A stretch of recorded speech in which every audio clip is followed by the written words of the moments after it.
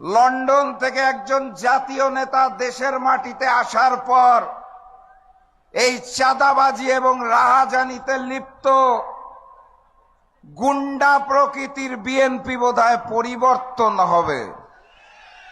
কথাবার্তা আচরণে বোধহয় বিএনপির একটা পরিবর্তন হবে।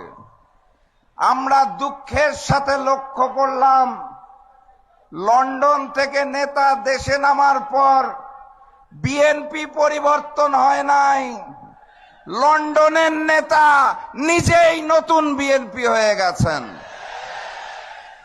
সংগ্রামী সাথী এবং বন্ধুগণ, বিএনপি নামক দলটি যদি রাষ্ট্রীয় ক্ষমতায় আসে, তাহলে যিনি প্রধানমন্ত্রী হবেন, জাতীয় নেতা, তার দলের নেতারা তাকে বলে জাতীয় ইমাম, তিনি মঞ্চে দাঁড়িয়ে বলেন গুপ্ত গুপ্ত হ্যাঁ।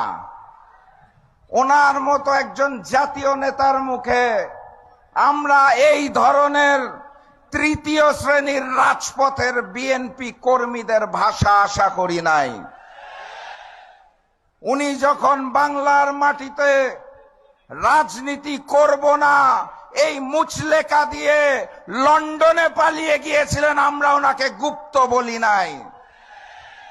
উনি যখন লন্ডনের মাটিতে বসে ভিডিও কলে রাজনীতি করেছেন লুকিয়ে থেকে, ওনাকে আমরা গুপ্ত বলি নাই। উনি যখন দেশনেত্রী বেগম খালেদা জিয়াকে বালু ট্রাক দিয়ে আটকে রাখা হয়েছিল, তাও দেশে না এসে বিদেশ থেকে আহ্বান জানিয়েছিলেন, ওনাকে আমরা গুপ্ত বলি নাই।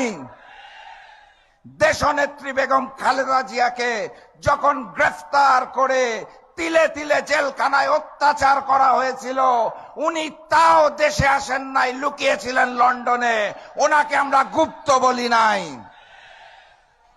ফ্যাসিস্ট শেখ হাসিনা অগাস্ট মাসের 5 তারিখ পালিয়ে গেলেন, তারপরে উনি দেশে আসতে পারলেন না।